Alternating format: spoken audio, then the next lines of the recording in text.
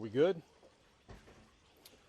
Well, good evening and thank you for being here. I'm going to give you a rundown on a crash that happened a few hours ago here on Jupiter Island, and I really will tell you everything that I know at this time. So just before 2 p.m. today, the Jupiter Island Police Department, which is where we currently are, received a call of a rollover crash about 2.5 miles from where we are. The Jupiter Island Police Department responded out there and found a pickup truck pulling a pressure cleaner trailer and a Land Rover which was rolled over on the driver's door, and we're going to provide you photos of that. The investigation started, and initially right off the top it did appear that the driver of the Land Rover might be impaired, and at that point the Chief Ewing of Jupiter Island Police Department called me from the Martin County Sheriff's Office and asked for our assistance. It wasn't that the Jupiter Island Police Department isn't fully capable of doing these types of investigations, but quite frankly, the Sheriff's Office has a lot more repetitions in these traffic crashes and these types of investigations. Our investigation revealed as follows. Shortly again before 2, the pressure cleaner truck pulling a trailer, a small trailer, was northbound on South Beach Road and was pulling kind of to turn into a driveway. It was slowing down, starting to turn into a driveway, and the driver of that vehicle looked in his mirror and saw a Land Rover, a dark-colored Land Rover, overtaking him at high speeds, and I don't know those speeds. The Land Rover kept overtaking him. He saw it coming, so he tried to edge off to the side of the road, but this is a small 2-lane road, and there was no shoulder for this pressure cleaner gentleman to get off to the side of the road. As he was trying to move to the side of the road, the Land Rover overtook him at the last minute, swerved to avoid a collision, but clipped the back end of the trailer of the pressure cleaner apparatus, listed to the side, and then rolled on the driver's door north past the truck that had just avoided the crash with. The individual driving that Land Rover was able to crawl out the passenger door of the car and was identified to be Mr. Tiger Woods. Our DUI investigators came to the scene here, and Mr. Woods did exemplify signs of impairment. They did several tests on him. Of course, he did explain the injuries and the surgeries that he had. We did take that into account. But they did do some in-depth roadside tests, and when it was determined, he was placed under arrest and taken to the Martin County Jail. At the Martin County Jail, and even on scene, we really weren't suspicious of alcohol being involved in this case, and that proved to be true at the jail.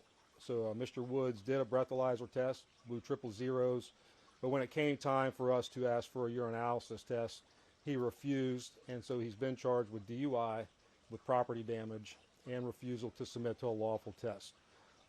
In the crash, no one was injured. Mr. Woods did not seem to be injured at all, and the other gentlemen were not injured, but this happened a few hours ago, so I've given you the information that I have right here, right now.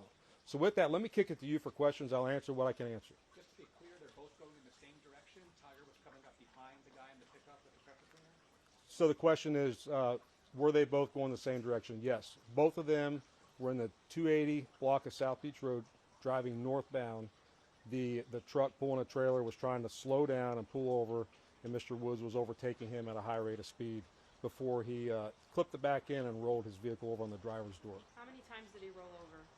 So the question is, how many times did he roll over? The answer is he didn't roll completely over. The truck rolled to the driver's door and then just slid northbound up the road. And again, we'll provide you some photos of that. I know you said you don't know the exact speed, but you said high rate of speed twice now. Is there a way just to give us a general idea of how fast? You mentioned before, it's a 2-lane road. You can't drive very fast on that road.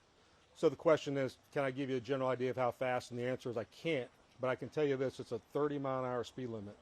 And when I show you the photos, they kind of speak for themselves. You can see where he clipped the back of the trailer. You can see where he rolled.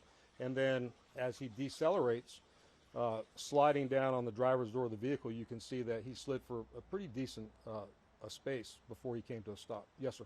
Was he cooperative as far as what his schedule was today, what he was doing? Was he taught? Did he speak to you guys what his activities were today? So the question was he cooperative with us? The answer was he is cooperative, but he was not trying to incriminate himself. So he was careful in what he said and didn't say.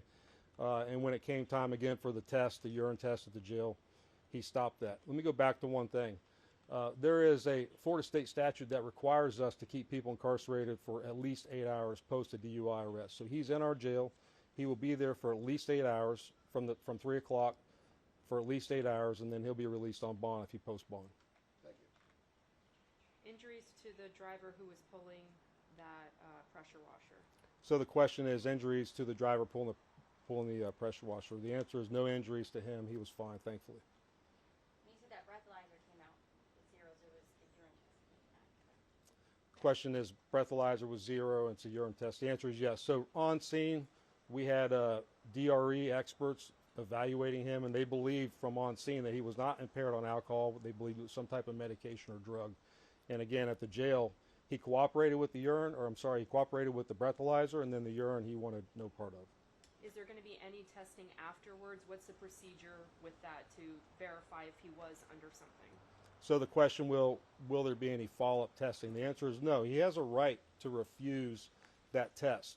There is a Florida statute which he will be charged with for refusing to take that test, but we will never get definitive results as to what he was impaired on at the time of the crash. Is that also a felony, refusing to take the test? The question is it a felony? The answer is no. Both charges are misdemeanor charges.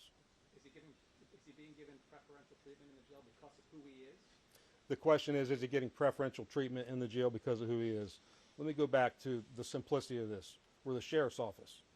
We know we arrested a high-profile figure. I'm not trying to dramatize, but it doesn't matter who you are. If you break the law, we're going to follow the law. That's a really easy path to take. Now, as far as being in the jail, we're going to make sure he's safe. We're not going to put him in general population. He's not going to be with other inmates that could hurt him or try to capitalize on what he did. He'll pay the price, but he's not going to pay the price by getting punished in jail. Was there any drugs or medication or alcohol found in the car? The question is, was there any drugs or medication in the car? The answer is no, there was not. Was he injured? The question is, was he injured? And the answer is no, he was not injured. Again, he was lethargic on scene, but that we believe was because of what he was intoxicated on. Was anyone else in the car with him? The question is, anyone else in the car? The answer is no, he was alone in the car. And was he wearing a seatbelt? The question is, was he wearing a seatbelt? And the answer is, I don't know. I'm not sure. We know he crawled out of the passenger door prior to law enforcement arriving. We can determine that based on looking at the car. I just don't know the answer. Anyone else injured in the area because of the crash or the rollover? The question is, anyone else injured because of the rollover crash? And the answer is thankfully no. This is a small 2-lane road. Again, I'm going to show you the photos.